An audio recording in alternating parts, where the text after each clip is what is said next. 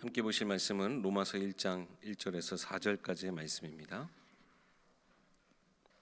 로마서 1장 1절에서 4절까지의 말씀입니다. 봉독하겠습니다. 예수 그리스도의 종 바울은 사도로 부르심을 받아 하나님의 복음을 위하여 택정함을 입었으니 이 복음은 하나님이 선지자들 통하여 그의 아들에 관하여 성경에 미리 약속하신 것이라. 그의 아들에 관하여 말하면 육신으로는 다윗의 혈통에서 나셨고 성결의 영으로는 죽은 자들 가운데서 부활하사 능력으로 하나님의 아들로 선포되셨으니 곧 우리 주 예수 그리스도시니라. 아멘. 나영아 목사님 나오셔서 하나님의 복음이라는 제목으로 말씀 전해주실 때 큰 은혜 받으시기 바랍니다. 또 한 달 됐나요? 여러분들의 건강한 모습을 보니까 참 좋습니다.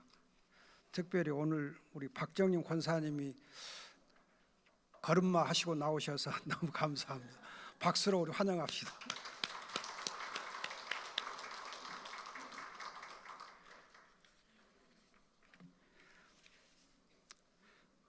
여러분들이 복음을 잘 아시죠? 알아요? 몰라요? 모르면 안 되죠. 잘 아실 줄 믿습니다. 그런데 잘 아시는데 또 불구하고 오늘 설교 제목이 하나님의 복음입니다. 우리가 알고 있는 하나님의 복음에 대해서 더 한번 생각해 보면 좋겠다 하는 뜻입니다. 여러분, 사도 바울이 여러 권의 책을 썼거든요. 그 서신들을 썼는데 몇 권쯤 쓴 것 같아요? 13권.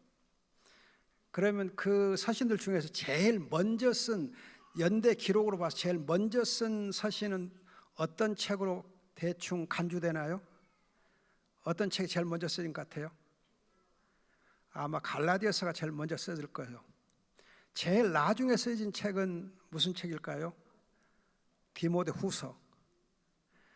그러면 그 13 서신들 중에서 왜 로마서가 이 신약 성경에서 제일 앞에 제일 먼저 수록되어 있을까? 왜 로마서가 제일 먼저 쓰여진 거예요? 로마서가 제일 먼저 기록 연대로 보면 아닌 것 같은데 제일 먼저 있거든요. 제일 중요해서 중요한 서신이니까 그럴 것 같죠. 그 이유가 뭐냐면은 여러분들이 사도행전 28장 31절 사도행전 마지막 절을 보면은 하나님의 나라 주 예수 그리스도에 관한 모든 것을 담대하게 거침없이 가르쳤다 그래요.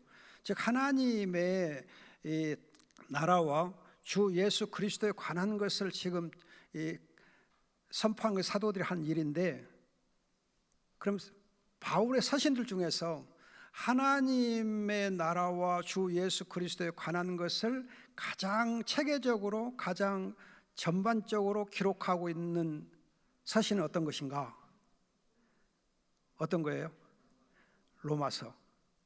그래서 사도행전 28장 31절과 가장 잘 연결되는 서신이 로마서예요.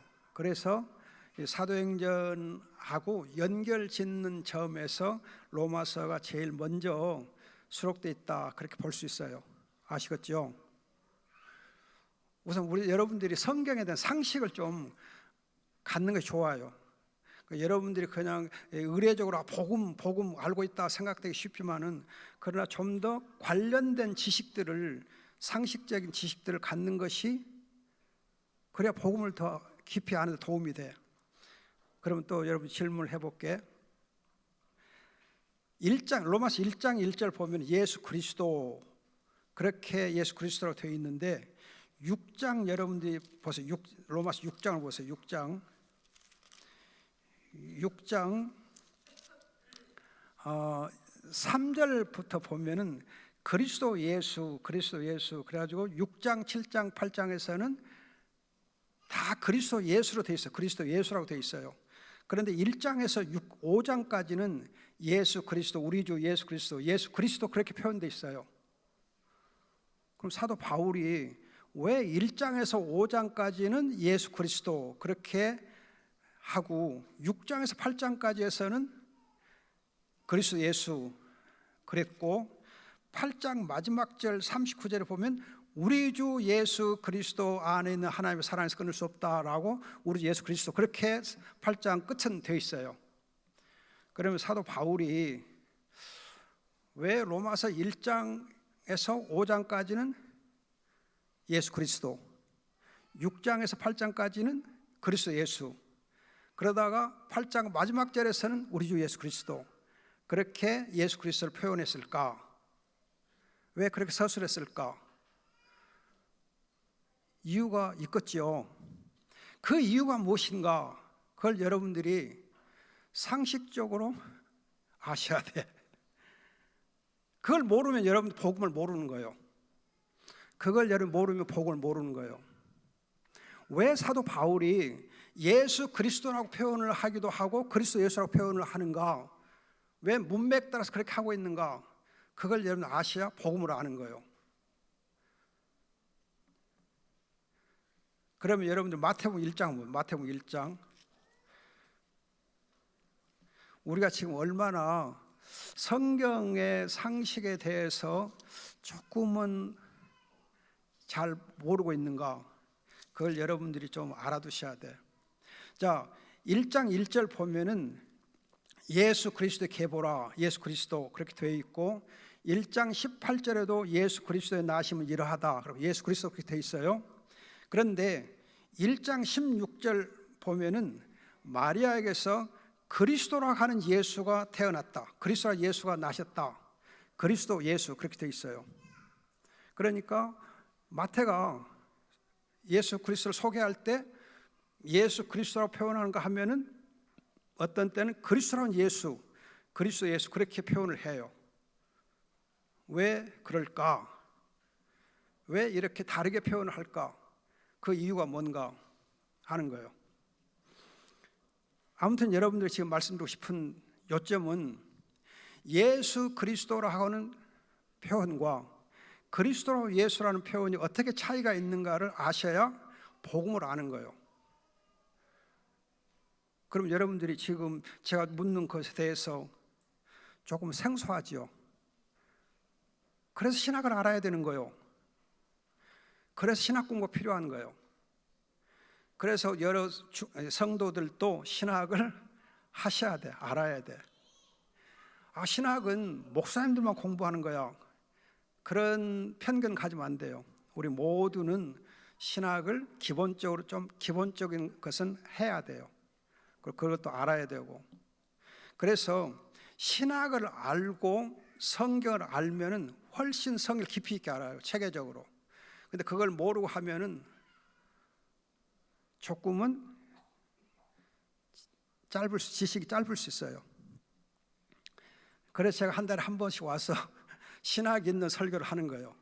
신학의 배경이 있고 깔려 있는 밑바닥에 깔려 있는 설교를 해드리는 거예요. 그 점을 여러분 꼭 기억해 주시면 좋겠습니다. 자, 그러면 여러분들이 이제 예수 그리스도께서 이 땅에 사시면서 3년 동안 주로 하신 일이 뭐였는가? 3년 동안 줄기차게 하신 일이 뭐였는가? 마가복음 1장 14절과 15절 보면 하나님의 복음을 선포했다. 하나님의 복음을 선포했다. 하나님의 복음을 선포했다. 그래서 마가복음 여러분 16장 15절 보면은 예수님이 제자들이 부탁할 때 복음을 전하라, 복음을 전하라, 복음을 전하라 그래요. 그래서 마가는 철저하게 처음도 끝도 예수님의 복음을 전했다. 또 예수님 제자들이 복음을 전하라. 그렇게 복음에 포인트를 두고 가르쳐요. 그럼 여러분들이 마가라는 사람이 누군가를 아셔야 돼요. 마가가 누군가, 요한 마가가 누군가. 여러분 사도행전의 다락방이 누구의 다락방이라 그래? 마가 다락방이죠. 그러면 마가의 다락방이었으면 마가가 그 다락방의 주인이에요? 아니면 주인의 아들이에요?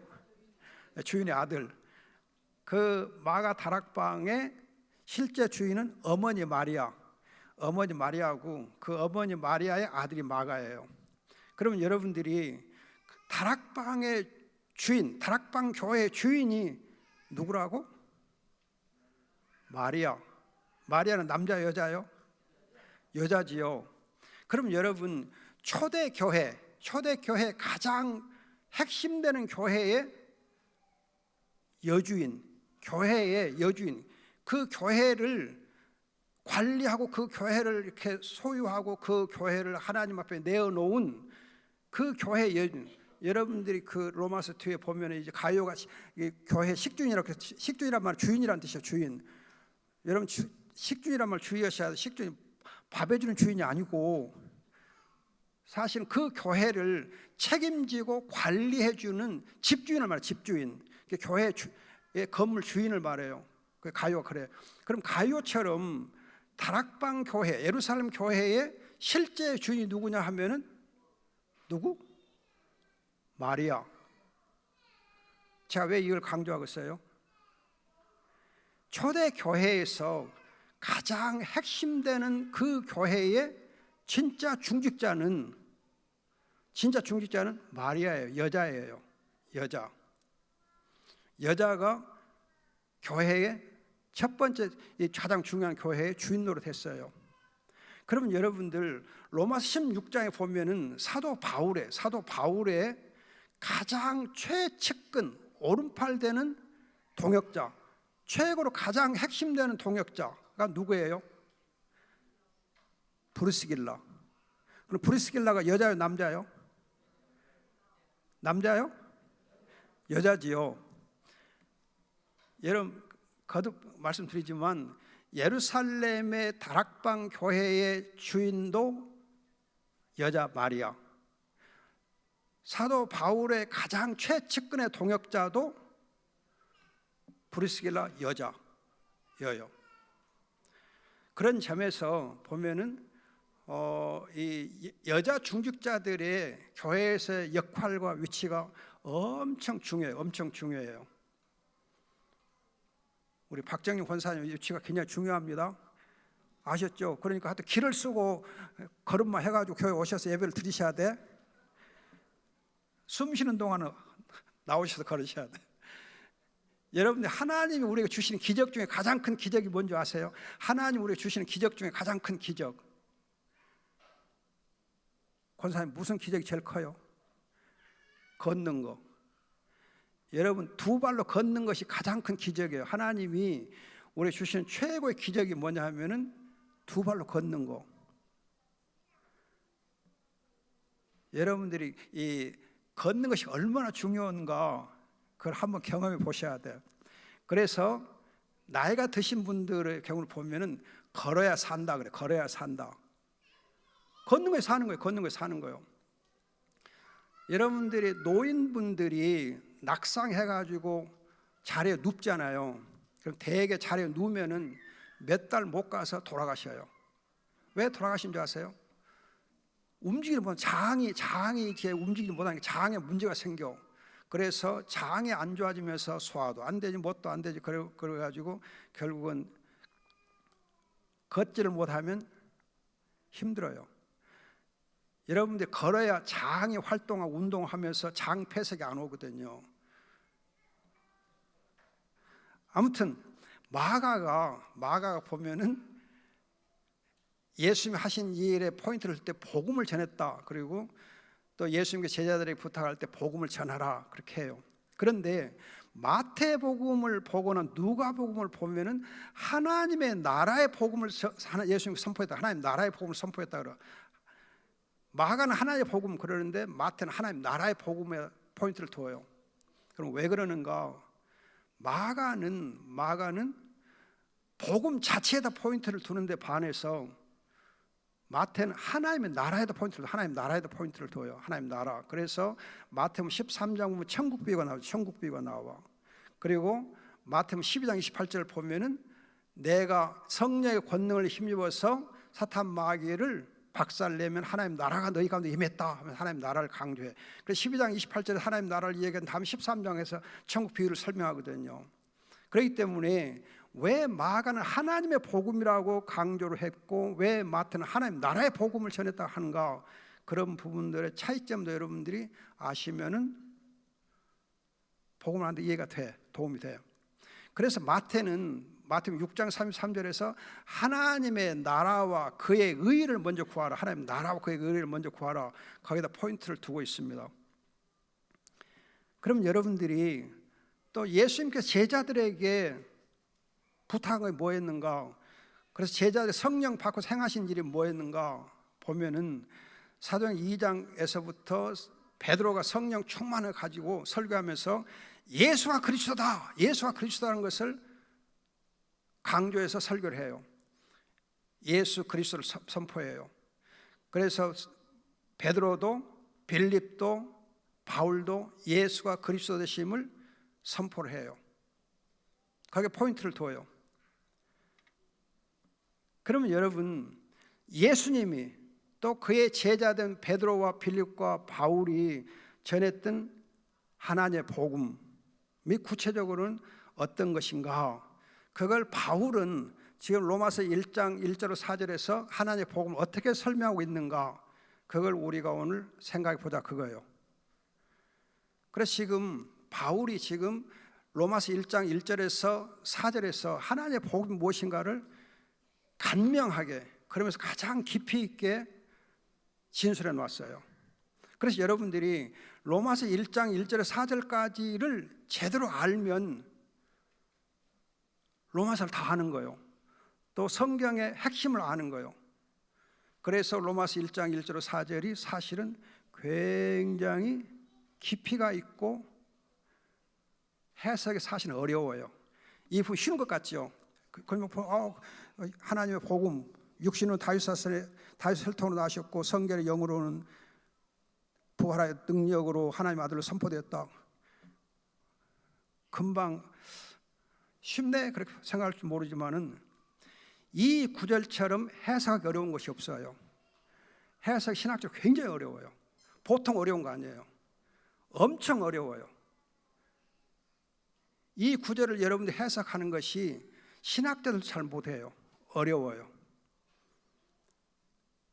그래서 여러분들이 이 구절만 제대로 알면 복음이 보이는 거예요. 복음을 이해하게 돼.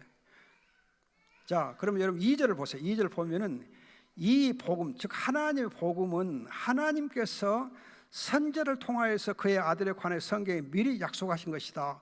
성경에 미리 약속했는데 누구를 통해서? 선지자를 통해서. 그럼 우리가 성경에서 하나님이 미리 약속하신, 선지자를 통해서 미리 약속하신 그것이 뭔가? 약속하신 아들에 관한 약속하신 뭔가? 자, 이걸 좀 더 여러분들이 좀 이렇게 요점적으로 중요한 부분들, 중요한 약속들을 아시는 게 좋아요. 여러분 아시는 건데 좀 더 짚어서 아시는 게 좋습니다. 여러분 첫 번째는 창세기 3장 15절이요. 창세기 3장 15절 여자의 후손으로 약속을 해요. 그래서 여러분 창세기 3장 15절을 최초의 복음이라고 해요. The first gospel, 최초의 원복음이라고 그래요. 복음 중에 가장 첫 번째 복음이 창세기 3장 15절. 그러면 왜 이 여자의 후손을 우리가 그리스도라고 볼 수 있는가? 그리스도라고 바로 직결해서 볼 수 있는가? 그건 여러분들이 갈라디아서 4장 4절을 보면은 때가 참에 여자에게서 나시고, 때가 참에 여자에게 나시고, 여자에게 나셨다면 여자의 후손으로 오셨다는 거잖아요. 그럼 여자의 후손으로 오신 분이 누구냐? 예수 그리스도잖아요. 그렇기 때문에 창세기 3장 15절에서 약속된 이것이 갈라디아서 4장 4절을 보면 여자에게서 나신 분으로 성취가 된 거예요. 또 여러분들이 마태복음 1장 21절을 보면은 그 예수가 이제 여자에게서 나셨잖아요. 여자가 나신 분 예수. 그래서 창세기 3장 15절이 여자의 후손이 바로 그리스도에 대한 약속이다 하는 것을 확실하게 알 수가 있어요. 그러니까 여러분들이 창세기 3장 15절 원복음이다 그 사실을 아실 때에 갈라디아서 4장 4절 관련 연결을 지어야 돼요. 갈라디아서 4장 4절하고. 그래야 여자의 후손이 바로 복음인 거예요. 그리스도이고 복음이에요. 그 다음에 여러분들이 창세기 22장 18절에서 보면은 아브라함과 그 후손을 소개를 해요. 자, 여러분들이 창세기 22장 18절 한번 보세요. 창세기 22장 18절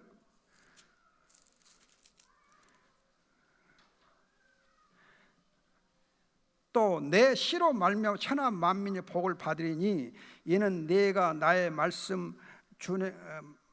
말을 준행하심이라 하셨다 하라. 여기 보면 내 씨로 말미암아, 내 씨, 아브라함 내 씨로 말미암아, 여기서 씨로 말미암아로 번역된 이 단어는 내 씨 안에서 천하 만민이 복을 받는다. 내 씨 안에 복을 받는다 그래요. 그러면 이 내 씨, 아브라함의 씨가 누구냐? 아브라함 씨가 누구냐? 모든 천하 만민들이 그 씨 안에서 복을 받는데, 그럼 여러분들이 씨로 말미암아 번역한 것하고 씨 안에서 번역 어떻게 차이가 있는가? 보면 사도 바울이 특히 에베소서 보면은 그리스도 안에서란 말이 굉장히 많이 반복되어 있어요. 들어보셨죠? 그래서 우리가 구원받는 것은 그리스도 예수 안에서이거든요. 그리스도 예수 안에 우리가 구원을 받는 거예요. 거기에 대한 약속의 말씀이 바로 창세기 20장 18절이에요. 그렇기 때문에 여기 번역할 때 씨로 말미암아 번역하면 안 되고 네 씨 안에서라고 번역해야 돼. 네 씨 안에서. 그래야 이 에베소서에 있는 그리스도 안에서 맥이 통하는 거예요. 사실은 히브리어 경우는 안에서라고 번역될 수 있는 그런 단어예요. 안에서 번역해야 할 단어예요. 네 씨 안에서라고 번역하게 되어 있는 단어예요. 그런데 그 깊은 신학적인 것을 신약하고 연결을 짓지 못하고 번역한 사람이 말미암아 번역을 해버린 거예요. 그래서 우리가 지금 손해를 많이 보고 있어요. 시 안에서이면 훨씬 우리가 그리스도 안에서 연결이 다 되는데, 그래서 번역할 때에 신학을 알고 번역하는 거고 신학을 모르고 번역하는 거하고 차이가 또 엄청 많아요. 특히 신학을 해도 제가 전공한 조직신학을 알고 번역한 것하고 조직신학을 모르고 번역한 차이가 엄청나게 많아요. 그래서 성경신학이 조직신학을 모르고 성경신학 하면은 엉뚱한 대로 흘러가기 쉬워요. 그래서 성경신학이 조직신학에 의해서 많이 도움을 받아야 돼요. 서로 도움을 주고받아야 돼요. 아무튼 여러분들이 지금 이 아브라함의 씨 안에서라고 되어 있는데, 이거가 갈라디아서 3장 16절, 갈라디아서 3장 16절을 보시면은 성경책 펴보세요. 갈라디아서 3장 16절.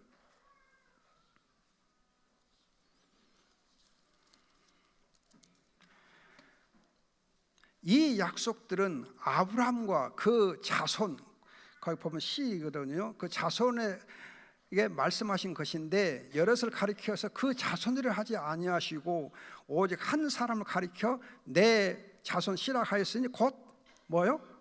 그리스도라. 아브라함의 내 씨는 바로 그리스도라. 그렇게 말씀되어 있잖아요. 그러니까 아브라함에게 하나님이 미리서 약속했던 것이, 그 자손이 바로 그리스도를 가리켜요. 자, 그런가 하면 여러분 잘 아시는 대로 이사야서 7장 14절 9장 6절 보면은 처녀가 아들을 낳으리니 그 이름을 임마누엘이라 하라. 그래서 그 임마누엘이 마태복음 1장 23절에서 바로 예수 그리스도이다 되어 있어요. 그런가 하면 예레미야 선지자를 통해서는 예레미야 23장 5절 6절 33절 16절에서 여호와 우리의 의를 약속해줘요. 여호와는 우리의 의이시다. 그리고 요엘서 2장 23절을 보시면은 우리 성경에는 어떻게 번역되어 있냐면은 이름비를 적당하게 주신다 그렇게 되어 있어요. 이름비를 적당히 주신다. 그런데 그 이름비를 적당이라고 하는 그 히브리어 단어가 어떻게 번역될 수 있는 단어냐면 의의 교사로 번역될 수 있는 단어예요. 다시 말하면 이름비라고 하는 그 히브리어의 경우는 교사를 가리키고, 적당하게라고 하는 그 단어는 의예로 번역이 돼요. 의예. 그래서 이름비를 적당하게가 히브리어로 보면은 의의 교사로 번역이 될 수 있는 단어입니다. 그래서 여러분 여러분들 성경 중에 난하주에 보면 의의 교사라고 되어 있는 성경이 있어요. 의의 교사. 그래서 중간사 시대, 즉 구약과 신약 사이의 그 시대에서는 의의 교사를 메시아로 대망했어요. 의의 교사, 메시아인 의의 교사를 대망하는 것이 중간사 시대의 특징이에요. 그래서 사도행전 22장 14절, 사도행전 22장 14절 보면은 그리스도를 두고 의로운 분이라고, 의로운 분으로서 오셨어요. 그러니까 에레미야서에서 약속되어 있는 그 여호와 우리의 의가 바로 의로운 분이 그리스도로 이 땅에 오신 거예요. 그 다음에 에스겔서 34장 23절 보면은 너희 위에 선한 목자를 세우리라 그래요. 그러면 선한 목자가 요한복음 10장 11절 보면 나는 선한 목자라. 그래서 선한 목자로 또 그 약속이 성취되어 있어요. 그런가 하면 다니엘서 7장 13절, 다니엘 7장 13절 보면 인자 같은 이, 그래요. 영어로는 a son of man, 부정관사 어가 들어요. a son of man. 그래서 어라는 이 영어 부정관사는 A 미스터 김, 그럼 미스터 김과 같은 사람 그렇게 번역하거든요. 그래서 a son of man이 인자 같은 분 그래요. 그런데 신약성에 오면은 인자라고 바로 번역, 인자로 번역해요. 그럼 인자는 영어로는 the son of man 그래요. 어가 더로 바꿔죠. 그럼 더는 바로 그란 뜻이거든요.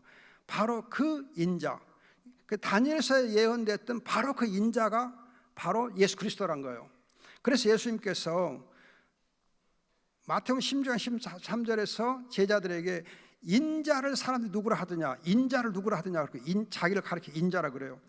또 마가복음 10장 45절에서도 인자가 온 것은 하고 예수님께서 스스로를 인자 그래요.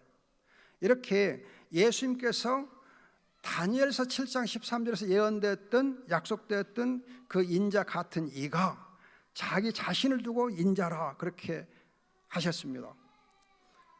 그러면 여러분들이 이렇게 보면은 하나님이 성경에 미리 선지자를 통해서 약속하신 그 그리스도가 복음이다.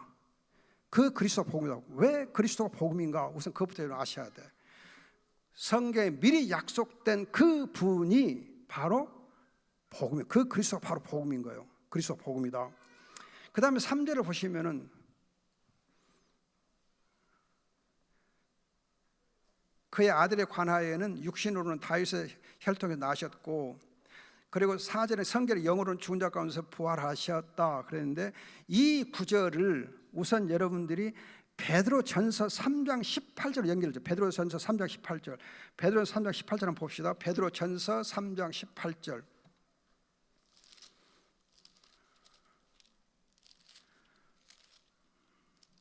자, 베드로전서 3장 18절을 보시면은 하반절에 보면은 육체로는 죽임을 당하시고 영으로는 살리심을 받으셨으니, 육체로는 죽임을 당하시고 영으로는 살리심을 받았으니 그래요. 자, 이 구절의 말씀을 다시 로마서로 와서 보면은 육신으로는 다윗 혈통에 나셨고, 그 말은 육신으로는 다윗 혈통에 나셨는데 십자가에서 죽으셨고 그 뜻이에요. 육신으로 죽었고, 그 다음에 성결의 영으로는 부활하셨다, 살아나셨다, 그렇게 연결이 돼요.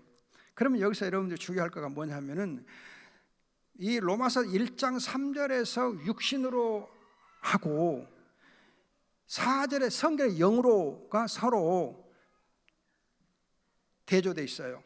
그러니까 예수님을 두고 육신으로는, 영으로는, 예수님의 경우 육신의 영으로는, 따라서 4절의 성결의 영으로 할 때 영은 성령을 가르치지 않아요. 성령을 가르치지 않고 예수님 자신을 가르쳐요. 예수님 자신, 영이신 예수님 자신을 가르쳐요.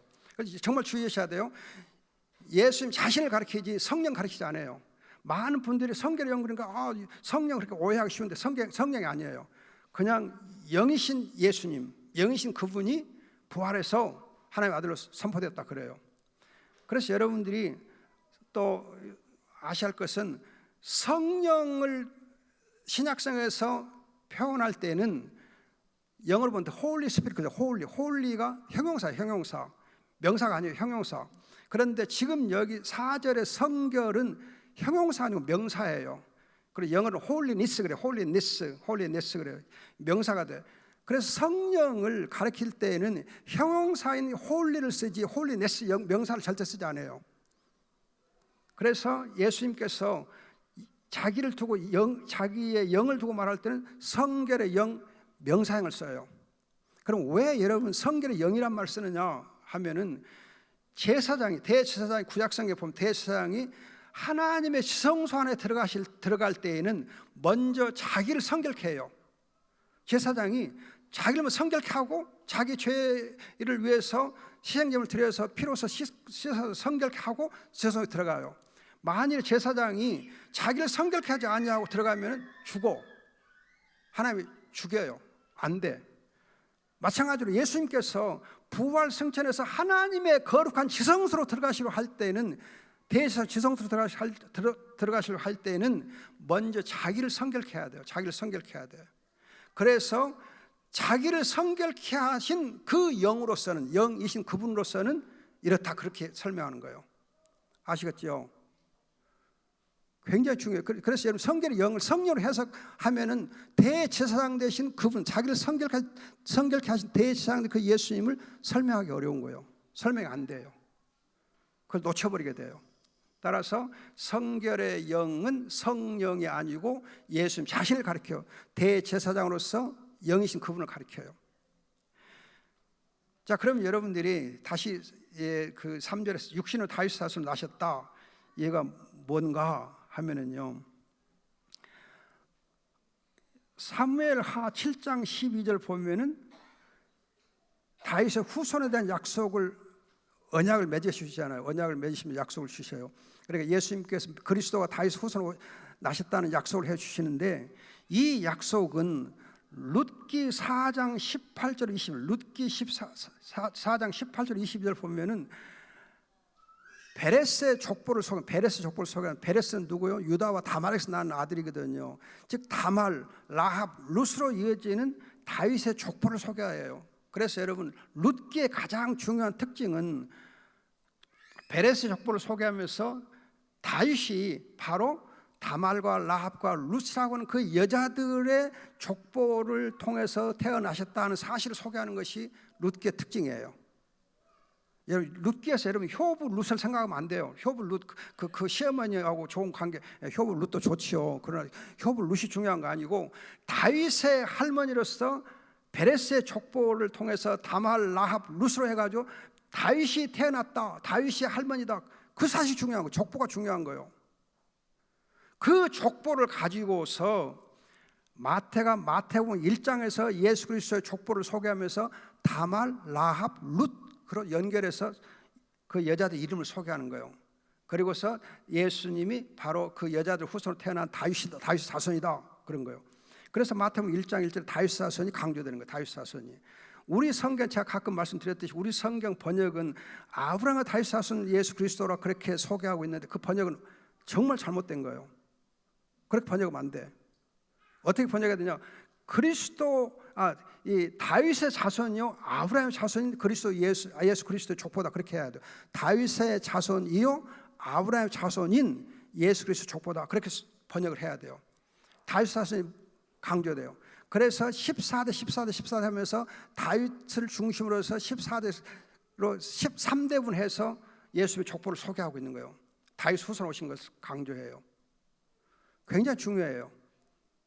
그런데 그 이제 신학적인 핵심을 놓쳐버리고 그냥 우리 성경은 아브라함과 다윗 사도 그렇게 쉽게 번역을 해놨거든요. 아니에요. 그렇게 번역하면 큰일 나요. 사실 정말 큰일 나는 거예요. 신학의 핵심, 마태복음 핵심을 놓쳐버리는 거예요.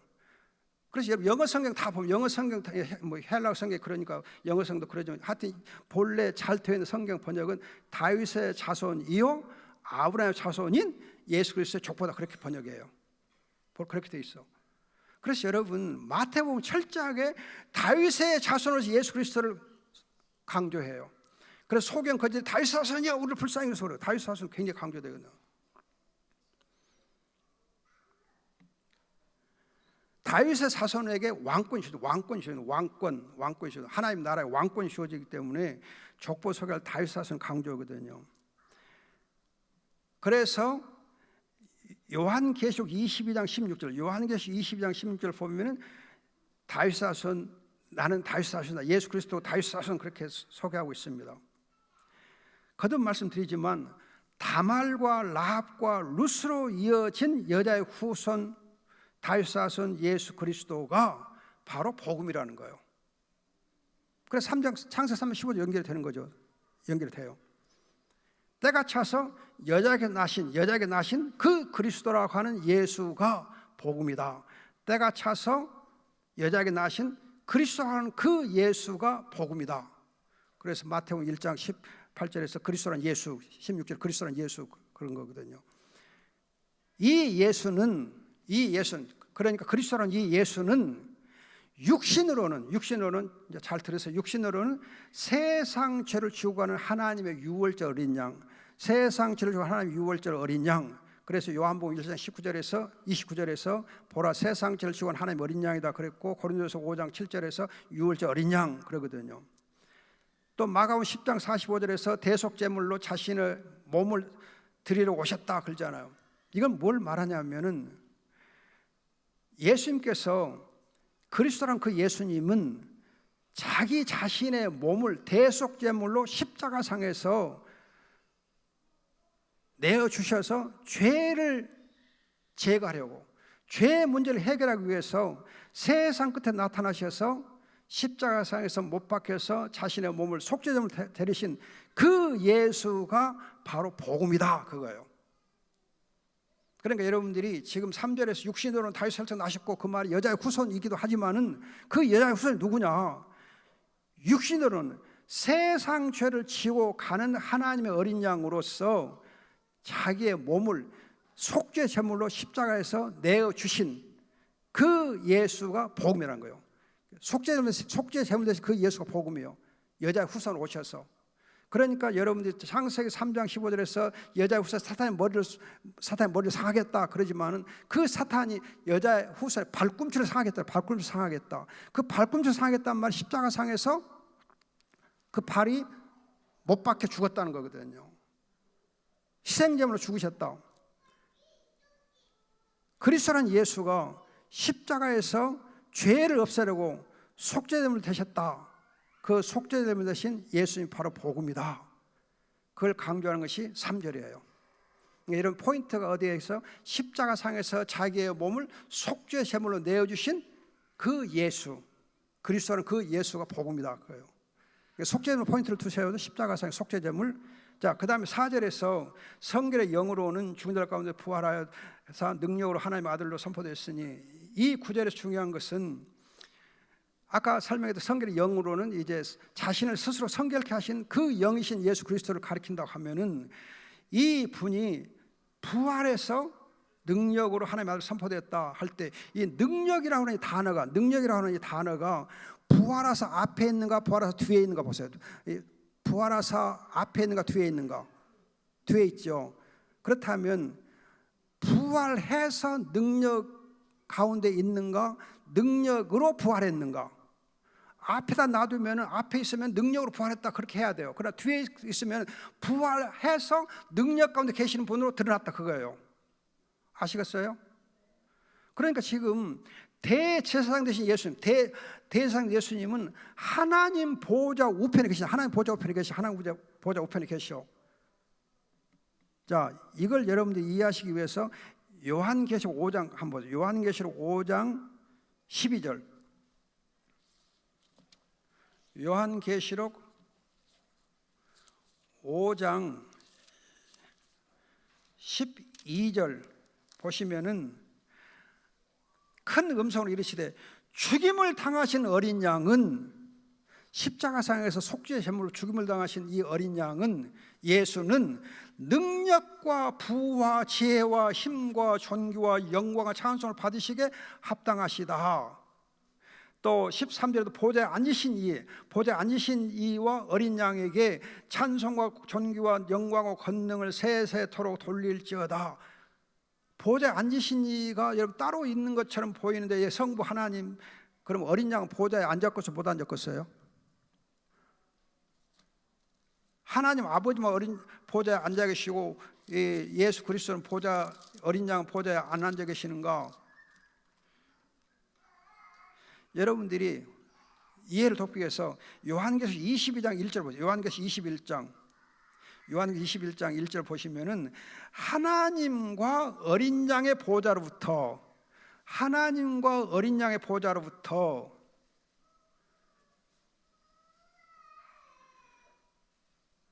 거기 보면 생명수강이 흘러나와. 어디서부터? 하나님과 어린 양이 앉아있는 그 보좌로부터. 그래서 요한계시록 5장 12절 13절의 경우 죽임을 당하신 어린 양이 이제는 부활해서 하나님의 보좌, 하늘 보좌에 앉아 계시는데, 그 앉아 계시는 그 분을 보면은 능력과 부와 지혜와 힘과 존귀와 영광과 찬송을 받으시 합당하다. 그 말은 그걸 다 입고 계신다, 그 뜻이에요. 그럼 여러분들이 요한계시록 5장 12, 13절을 염두에 두고 로마서 1장 4절 보면은 능력으로, 그 말이 무슨 말이냐? 부활해서 지금은 하나님 보좌편에서 영광과 능력 가운데 계시는 그 하나님의 아들을 드러났다, 그 뜻이에요. 지금 대제사장 되신 예수 그리스도가 영광과 권능 가운데 드러나 계신다. 영광과 권능을 입으시고, 그래서 요한계시록 1장 보면 그 어린 인자 되신 예수 그리스도가 얼마나 여러분 그냥 대단하십니까? 영광 권능이 얼마나 대단하시고 그 분으로 지금 선포됐다, 그거예요. 그것이 복음이라. 그게 복음이다. 그러니까 3절에서는 십자가상에서 저주와 수치의 죽임을 당하셨던 그 속죄 제물 되신 예수 그리스도가 이제는 부활하셔서 하나님 보좌편, 하늘 높은 보좌편에 계시면서 영광과 권능 가운데서 우리의 영원한 대제사장, 영원한 중보자로서 뭐 하시고 있어요? 중보기도. 중보기도 하시는 그 예수 그리스도가 바로 복음이다.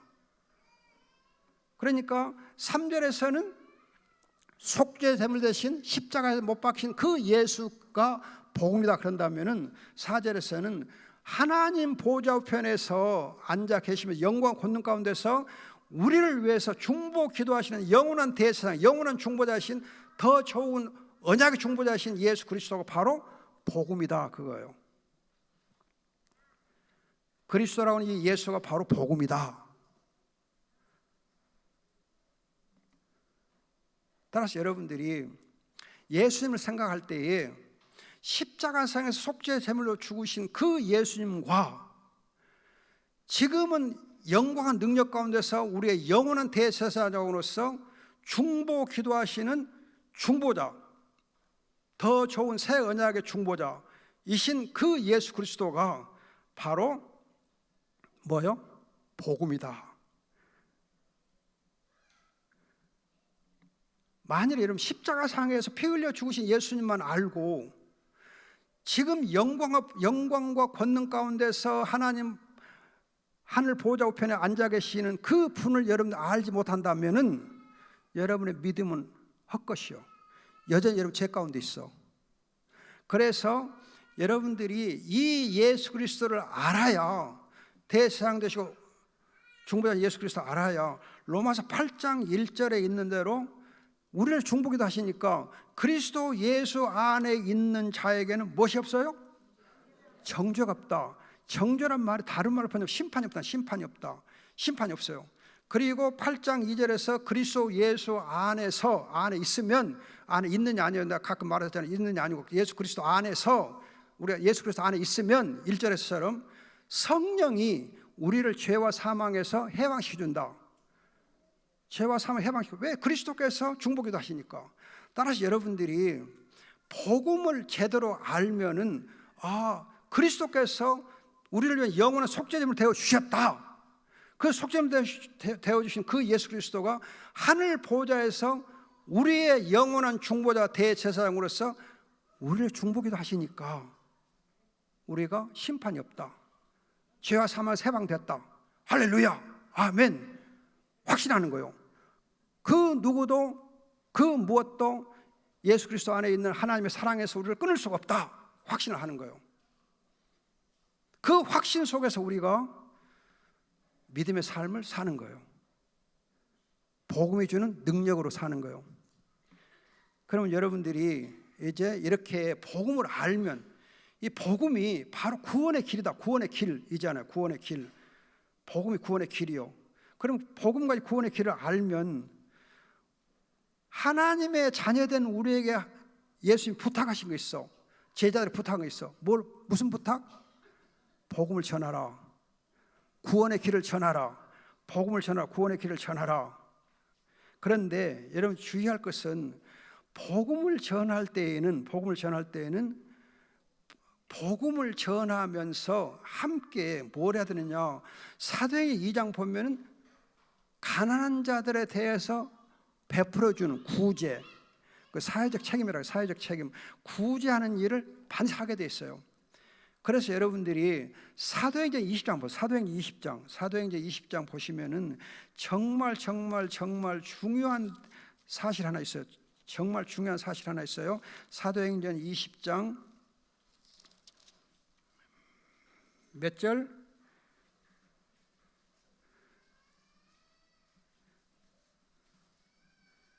35절.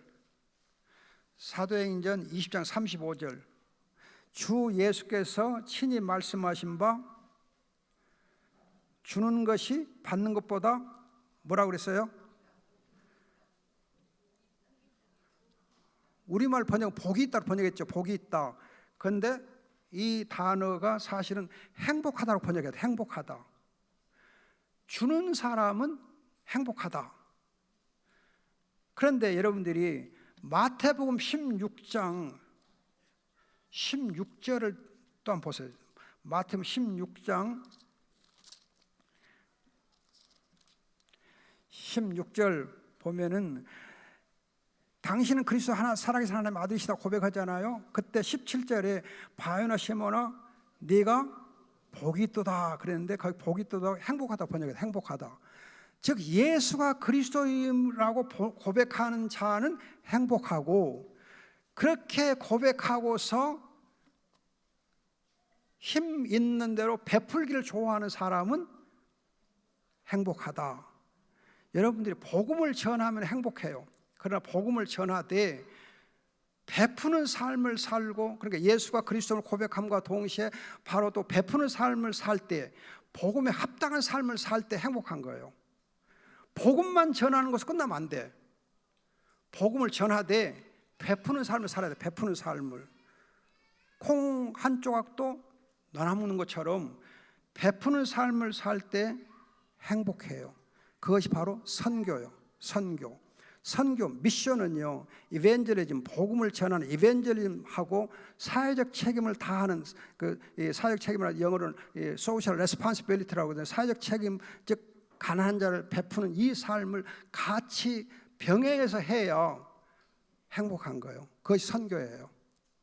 복음을 알면 선교를 하되, 선교를 할 때에는 복음을 전하는 일하고 사회적 책임, 가난한 자를 돌보는 일하고 같이 병행해야 돼요. 이걸 우리가 잘 할 때에 행복한 삶을 살 수 있습니다. 복음을 아는 자의 삶을 살 수 있어요. 로마서 1장 여러분들이 1절 4절 말씀을 좀 더 잘 이제 묵상하시면서 복음을 되새김질하고, 복음은 아무리 여러분 되새김질해도, 구원의 길을 여러분들 아무리 되새김질해도 지나치지 않는 것처럼 복음은 자주 기회 있는 대로 되새김질을 해야 돼요. 그래야 그 복음이 내 복음이 되는 거예요. 기도하겠습니다. 좋으신 아버지 감사합니다. 주님께서 하나님의 복음이 우리의 삶이 되게 주옵소서. 감사하고 예수님의 이름으로 기도합니다. 아멘.